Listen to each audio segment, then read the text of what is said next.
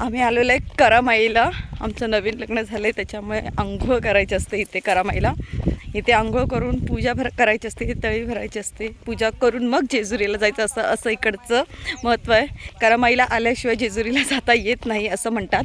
त्याच्यामुळे आम्ही आलो आहे करामाईला आणि मस्त खाली आहे, जास्त काही गर्दी नाही आहे, निवांत आहे आम्हाला मस्त. आता इकडनं आम्ही आमची पूजा करून तुम्हाला दाखवतो कसं काय ते बघा.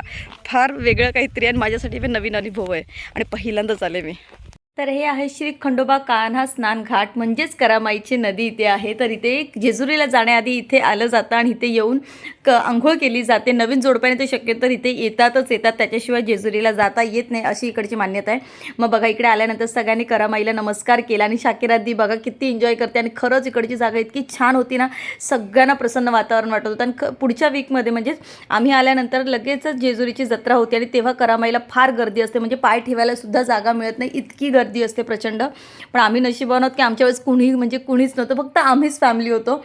आणि नंतर आम्ही एक छान जागा शोधून तिकडे उभे राहिलो कडेला आणि सगळ्यांनी सांगितलं होतं तुम्ही दोघांनी आंघोळ करायची आहे, म्हणजे नदीच्या आत उतरा आणि डुबकी मारून या असं सांगितलं होतं. पण मला काही जमेन असते, कारण का पाय इतका स्लिपर होत होता, म्हणजे असं वाटत होतं डुबून जाऊ, माती आतल्यात खेचत होती, म्हणजे इतकं नदीला पाणी होतं. त्याच्यामुळे मला भीती वाटत होती. आणि त्याच्यानंतर इतका गार वारा होता, म्हणजे कडकडतं ऊन होतं पण पाणी इतकं गार होतं आणि इतका वारा होता. भरपूर गार असल्याने मी काही म्हटलं मी आंघोळ काही करणार नाही, मी शास्त्र म्हणून फक्त अंगावर थोडं पाणी शिंपडून घेते, कारण का खूप गार वारा होता आणि थंडी वाजत होती. मग त्याच्यानंतर आम्ही काय केलं, करामाईला नमस्कार केला, पाणी वाहिलं करामाईला. त्याच्यानंतर आम्ही पूजा केल्यानंतर मग आम्ही फक्त थोडं थोडं अंगावर पाणी शिंपडून घेतलं एकमेकाच्या. यांना भिजायचं होतं, ते हे म्हटले मी भिजणार आहे, तर म्हटलं बाबा तू भिज, पण मी काही भिजणार नाही, माझ्यानी काही होणार नाही, कारण खूप गारा वारा होता. तुम्ही बघू शकता अक्षरशः कपडे उडत होते, इतका हवा होती आणि वरून कळकतं ऊन होतं, पण पाणी गार असल्यामुळे खूप थंडी वाजत होती. मग सगळ्यांनी काय केलं, थोडं थोडं आमच्या अंगावर पाणी शिंपडलं. सांगितलं होतं खरं तर भिजायचं आहे, पण मी सांगितलं प्लीज नको, म्हणून सगळ्यांनी थोडं थोडं पाणी शिंपडलं. आणि करामाईला आल्यानंतर आपल्यापेक्षा जे मोठे असतात त्यांचे पाय धुतले जातात, म्हणजे आपली मावशी मामी आई जे कोणी असेल त्यांचे. मम्मी आणि ह्यांनी माझ्या मम्मीचे पाय धुतले आणि माझ्या मामीलाही सांगितलं आम्ही तुमचे पाय धुतो, पण माझी मामी म्हणाली नाही, भाचीने कधी पायाला हात लावायचा नसतो. त्याच्यामुळे माझ्या मामीने त्यांचे काही पाय आम्हाला दिले नाही, पण माझ्या मामीने आमचे पाय धुतले. आणि माझ्या मामीने लग्नात सुद्धा माझे पाय धुतले होते आणि ह्यांचे सुद्धा धुतले होते. माझ्या मामीने आणि मामाने लग्नात सगळं काही केलं होतं जे एक मामा आणि मामीला करायचं असतं.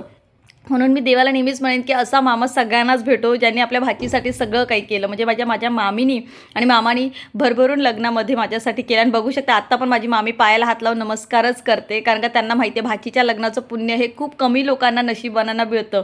आणि मग त्याच्यामुळे त्यांनी भाचीच्या लग्नात सगळं काही केलं. आणि मग ही माझी मावशी आहे, मोठी मावशी रंजना मावशी आहे, तिला मी आईच म्हणते. मग तिचे पण आम्ही दोघांनी पाय धुतले. त्याच्यानंतर आमची पोरं पार्टी आली, सगळे ते आम्हाला भिजवायला आले होते खरं तर, पण त्यांनाही कळलं की पाणी फार गार आहे, त्याच्यामुळे ते काही भिजवू नाही शकले.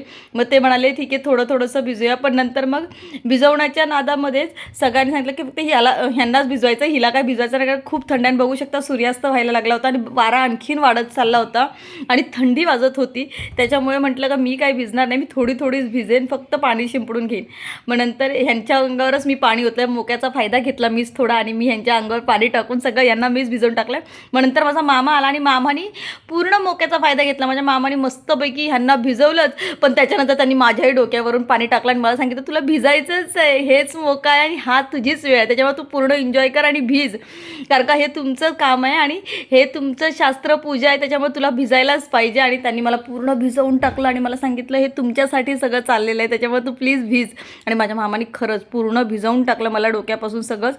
आणि मग नंतर काय कुडकुडत मी बसले होते एका ठिकाणी. आणि नंतर मग हे सगळे पोरं आमची बघत होती की यांचं कसं चाललं आहे. त्याच्यानंतर एकमेकांना आम्ही फक्त थोडंसं भिजवलं, करामाईला नमस्कार केला आणि निघणारच आम्ही की तेवढ्यात माझी मामी म्हणाली की तुम्ही जिकडे उभे आहात ना तिकडे कोणीतरी गळ तोडलेला आहे आणि तिकडे बघा गळ आहे, म्हणजे तुमच्या पायाजवळच देव आहे, म्हणजे तुम्ही किती चांगल्या जागी उभे आहात असं माझ्या मामीने सांगितलं.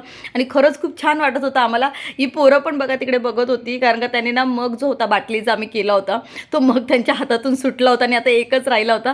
ते एकानेच सगळेजण मिळून आम्हाला पाणी ओतत होते आमच्या अंगावर थोडंसं. मग नंतर जो गळ तोडला होता ना हे सगळ्यांना बघायचं होतं, त्यामुळे सगळेजण ते बघितलं गळ. आणि मग नंतर तिकडे पूजा होती ते केलेली ना त्या गळाची, ते तिकडे आम्ही पाया पडलो, नमस्कार केला त्या गळाला. आम्ही दोघांनीही पण. आणि ती गळ तोडलेली जागा खूप चांगली असते असं माझी मामी सांगत होती आणि आमच्या पायाजवळच ती होती. त्याच्यामुळे म्हणत होती माझी मामी की तुम्ही खूप नशिबवान आहात की तुमच्या पायाजवळच ती आलेली आहे आणि तुम्ही खूप चांगल्या ठिकाणी उभे राहून तुमची पूजा केली आहे. त्याच्यामुळे मला खूप मस्त वाटलं आणि माझी मामी असं भारी भारी काही काही सांगत असते ना, त्याच्यामुळे खूप मस्त वाटत होती या सगळ्या गोष्टी बघताना. मग सगळ्यांनी तिकडे नमस्कार केला आणि मग सगळे आम्ही निघालो पुढे, कारण का त्यांना पोरांना पण तो भिजायचं होतं. बघू शकता इथे माझा भावाने नंबर लावला आणि मस्तपैकी तो भिजला. आता आम्हाला जायचं होतं ना चेंज करायला, कारण का आमची कपडे चेंज करून मस्तपैकी आम्हाला पूजेला बसायचं होतं. त्याच्यामुळे हे थोडंसं भिजले. मी काय भिजले नाही, मी फक्त थोडंसं पाणी घेतलं. ह्या पाईपातून पण करामाईतलंच पाणी येतं, मोटरने ते पाणी बाहेर टाकलं जातं, त्याच्यामुळे ते करामाईतलंच पाणी येतं. तुम्ही इथे बसूनसुद्धा आंघोळ करू शकता ज्यांना कोणाला नदीत जाता येत नाही. पण आम्ही नदीतसुद्धा गेलो होतो, थोडंसं शास्त्र म्हणून तिकडे केलं आणि इकडेही सगळेजण मग आम्ही भिजलो आणि मग आम्ही निघालो कपडे बदलायला, कारण का आम्हाला पुढची तयारी करायची होती. कपडे बदलून सगळे घ्यायचे होते आणि तो माझ्यासाठी खूप मोठा टास्क होता की बाहेर पडदा लावून कपडे बदलण्याचा पहिलाच माझा अनुभव होता. मग त्याच्यानंतर माझी मम्मी बसली आंघोळीला तिकडे मस्तपैकी. तिने खूप मस्तपैकी हा टाईम एन्जॉय केला. तिला फार मस्त वाटते ह्या सगळ्या गोष्टी करताना आणि फॅमिलीसोबत होती त्याच्यामुळे खूपच जास्त बरं वाटत होतं. आम्ही माझ्या फॅमिलीने हा टाईम खूप खूप जास्त एन्जॉय केला आम्ही सगळ्यांनी. आणि माझी फॅमिली तर खूप चांगली आहे, त्यांनी खूप काही करून घेतलं आमच्याकडनं. पूजाच्या ज्या काही विधी होत्या सगळ्या करून घेतल्या आणि माझ्या फॅमिलीने खूप खूप खूप धमाल केली ह्यावेळेस. मम्मी तर बघा माझी खूप एन्जॉय करत होती. त्याच्यानंतर नंबर लागला आमच्या ह्या 3 मुलांचा. आमचे जिजू तर काही भिजले नाही माझे, ते काही पाण्याला बघून तेही माझ्यासारखे घाबरले म्हणून ते काही भिजले नाही. ते एका कोपऱ्याला जाऊन उभे राहिले आणि हे पोरं आमची भिजत होती आणि एकमेकांवर पाणी उडवत होते. तिघेही आमचे कार्टून बघू शकता मस्तपैकी पाण्यात भिजून पाण्याची मजा घेत आहेत. त्याच्यानंतर माझ्या मावशीलाही म्हटलं ये, तर माझी मावशी म्हटली मी काय पाण्यात भिजणार नाही बाबा, खूप गार वारा आहे, मी पण काही भिजत नाही. तिने पण येऊन फक्त आणि फक्त माझ्यासारखंच फक्त थोडं थोडं हे केलं. तिने पण हातपाय धुतले आणि म्हणाली एवढंच बस झालं, मला मी काय भिजू नाही शकत. पण आमचा नेक्स्ट पार्ट नक्की बघा व्हिडिओतला. आम्ही आता फायनली जेजुरी गडावर जाणार आहोत. तर हा व्हिडिओ पाहिल्याबद्दल थँक्यू. पण नेक्स्ट पार्ट बघायला विसरू नका.